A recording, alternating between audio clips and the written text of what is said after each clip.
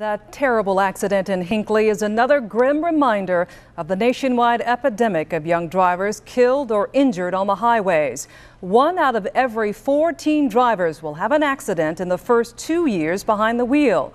With so many kids being killed, many parents wonder if teenage drivers are getting the right kind of training.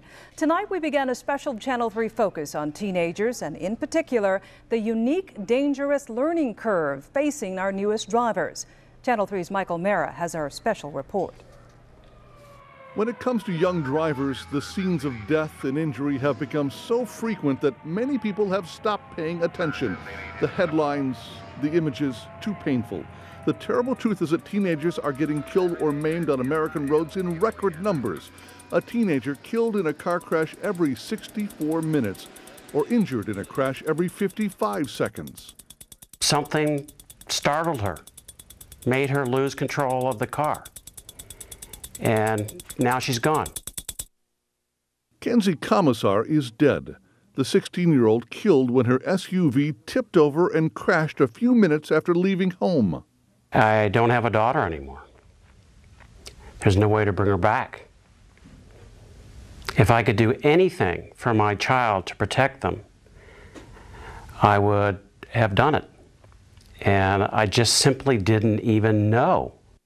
80% of the 16-year-olds who die on the road are killed because of simple driver error. Put some teenagers in a car, crank up the radio, and you can understand how easily those errors can pop up. Keep going straight, go straight, go straight, go straight. Nancy Carlisle is 16 years old and almost done with her driver's education classes. Slow and tight, nice and comfortable. Good. Nancy will spend about 8 hours behind the wheel in driver's ed and another 50 hours driving with a parent to qualify for her driver's license. The average 16-year-old soccer player goes through 1,500 hours of coach practice. In driver's ed, emergency training is only covered in theory. A car comes over the center line. What are you going to do? Quick, tell me. Right. And then we go back and tell them what the procedure would be. This is real-life emergency training for teenagers near Cincinnati, one of the few hands-on classes for young drivers in the entire state of Ohio. I mean, it's kind of like, well, okay, we'll do this. And I came and I'm like, wow, this is like awesome. I'm so glad I went through this. Former championship race car driver Dave Thompson is the expert directing this project, aimed at giving teenagers the skills they'll need to survive when that emergency suddenly occurs. You can theorize about it all you want to, but you won't have it internalized until you've actually done it.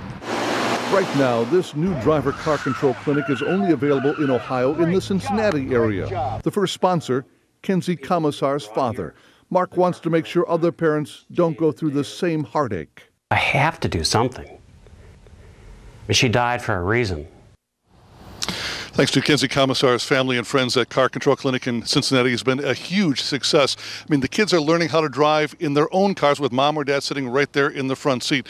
Now, we think it's such a great idea that Channel 3 is going to bring that very same car control clinic right here to Cleveland, and we have room for the first 40 people who sign up on our website, WKYC.com. Now, here's how it's going to work. The clinic will start May 21st with 2 hours of classroom right here at WKYC, and then May 22nd, 23rd, each driver gets 4 hours of hands-on training down at the Muni lot. The cost is $50 per person, but it is probably the smartest $50 that you will ever spend. This is hands-on emergency training. And Ramona, we're going to proudly be part of this thing because, as we found out in Cincinnati, it does make a huge difference in how these kids react during an emergency. Sure, Mike. And you mentioned that parents have to be involved in this class. Does that mean it's mandatory? It is mandatory. Mom or dad have to be sitting right there in the classroom and, more importantly, in the car, because it's amazing. At the end of the day, they have mom or dad switch seats and they try it and find out just how tough that is. And many of them that we talked to said, you know what, we learned something here too. So it's good for the student and the parents. All right, Mike. Thank you for that.